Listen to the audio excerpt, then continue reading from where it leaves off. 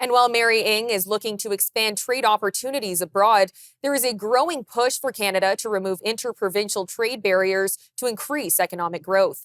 The National Post's Rahim Mohamed has more on the size and scope of these barriers.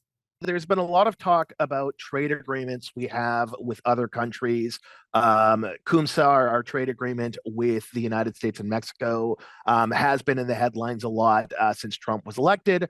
What Canadians might not know is there's a rather lengthy document called the Canadian Free Trade Agreement that regulates commerce between Canadian provinces and territories. It's just over 300 pages long. About a third of it is dedicated to provincial exceptions. I think the big one that people are aware of is alcohol.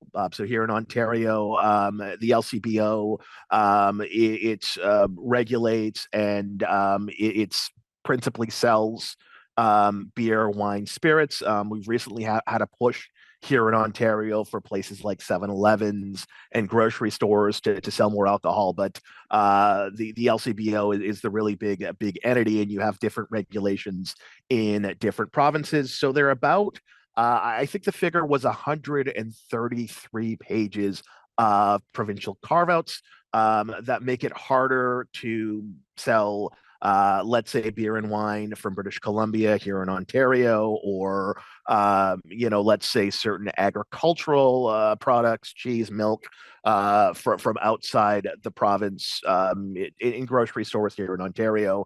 So all told, those kind of carve outs and barriers, they reduce trade between provinces to a point that constitutes a good chunk of our GDP. A figure I've seen thrown around by economists is somewhere in the neighborhood of $200 billion.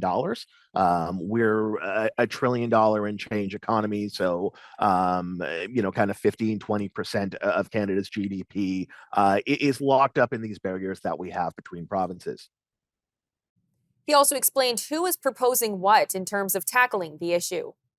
So this is an area where we've seen a lot of agreement across partisan lines. To their credit, the current Liberal government has taken this seriously. Their current lead on the file is Anita Anand, Minister of Transport, who I think most people across party lines would agree is one of the stronger and more credentialed, more competent Liberal ministers. So during the most recent cabinet shuffle, she was also given jurisdiction over internal trade. One recent initiative that she's overseen is a pilot program in the trucking industry to harmonize standards for training, standards for things like kind of weight limits, hauling, towing, etc., across jurisdictional lines.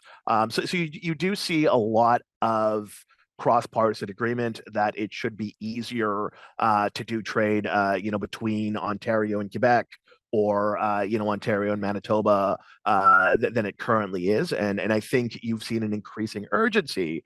The issues with tariffs since President Trump has been elected, and the issues that have come to the fore in his first few weeks in office has brought attention to the fact that, generally speaking, it's a lot easier for Canadian firms, Canadian enterprises to do business north to south. It's a lot easier if you're in Ontario to do business with Michigan or New York State than it is to do business with Quebec or Manitoba. And, there's not really a good rationale for that. So I think there's general political agreement across parties that we need to do more to break down barriers that provinces and territories currently have, preventing them from doing business with one another.